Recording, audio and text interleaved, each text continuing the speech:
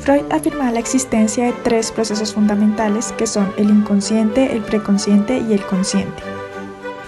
En el inconsciente se encuentra lo reprimido originario y también existen los retoños. Por último, su núcleo consiste en agencias representantes de pulsión que buscan descargarse. Luego, este proceso pasa por la censura para así llegar al preconsciente. Aquí cabe mencionar que la censura son los contenidos que provienen de la vía pulsional y de la percepción. Luego, con la llegada al preconsciente, se da un ordenamiento temporal de las representaciones y se da el examen de la realidad. Aquí también se encuentran los retoños y también se da el comercio entre las representaciones, es decir, que aquí se decide qué representación pasa al consciente y cuál no.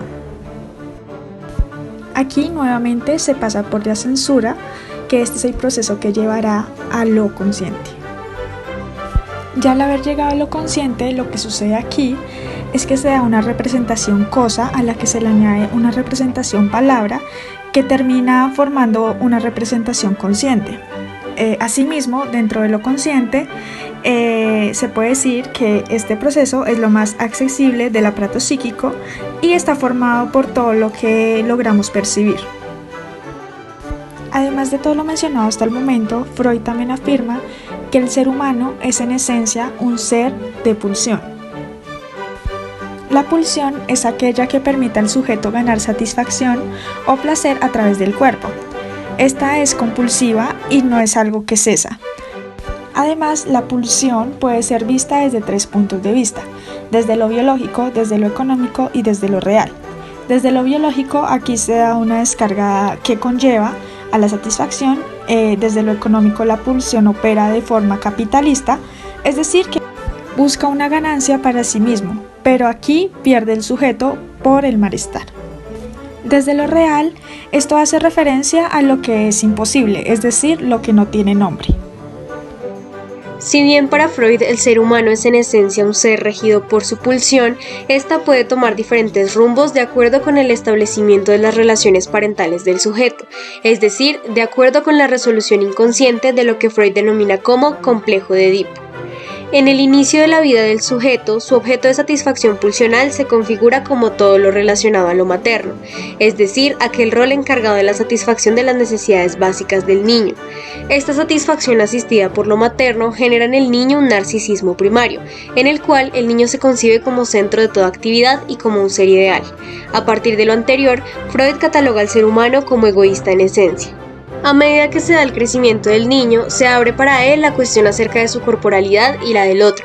Sin embargo, aparece la figura paterna como agente castrador propio del tabú cultural que impone la prohibición de su exploración. Con amenaza de castración, Freud hace referencia a la imposición de la ley y simultáneamente a la pérdida del objeto que brinda satisfacción pulsional, es decir, la pérdida de lo materno.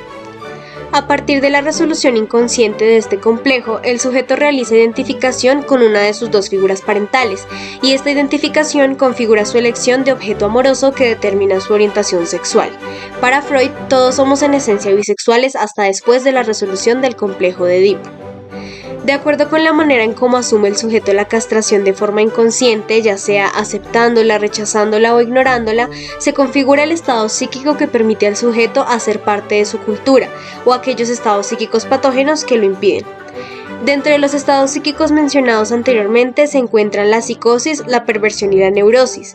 En la psicosis se presenta un desconocimiento del agente castrador y por tanto de la ley. Es por esto que en este estado se da el fenómeno de forclusión, en el cual no se renuncia a la satisfacción pulsional al ignorar por completo la ley impuesta por el padre.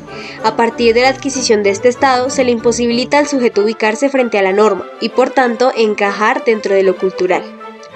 Otro de los estados psíquicos es la perversión, en la cual el sujeto reconoce la existencia del agente castrador y por tanto de la ley. Sin embargo, éste la rechaza y busca ponerse por encima de toda ley existente. De esta manera, el sujeto crea su propia ley y se da el proceso de denegación, en el cual el sujeto no renuncia a su satisfacción pulsional y no acepta la castración. Este estado, de la misma manera que la psicosis, impide al sujeto entrar en la cultura y hacer parte de lo social. Por último, el estado psíquico que según Freud caracteriza a todo aquel que se reconoce como sujeto individual dentro de lo social y cultural es la neurosis.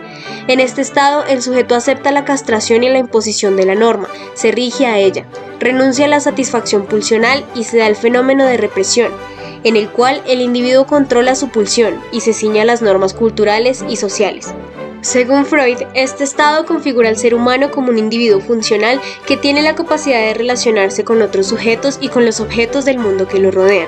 Centrándose en este fenómeno de la neurosis a partir de la resolución del complejo de Edipo, Freud abarca unas tribus australianas para evidenciar el fenómeno de represión y neurosis que da la posibilidad al ser humano de pertenecer a una cultura determinada.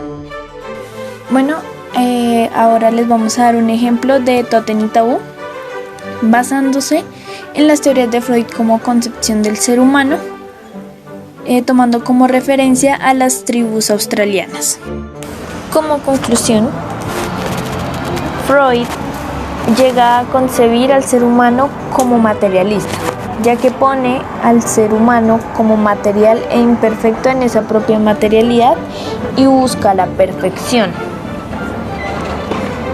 Como ya se dijo anteriormente, el hombre llega a ser en esta tribu neurótico y representa el tótem como el falo, que es estar bien con el padre, es una representación del padre. Pero este padre crea terror al incesto, más conocido como exogamia, que consiste en buscar parejas o obliga a buscar parejas en grupos exteriores a donde pertenecen el tótem, y es alejar de cometer el incesto en los lugares donde este sistema se encuentra en vigor y rige la ley por la cual los miembros de un solo o el mismo tótem no deben tener relaciones sexuales entre sí y por consiguiente no deben casarse tampoco unos con otros. Con esto se crea o surge la identificación familiar,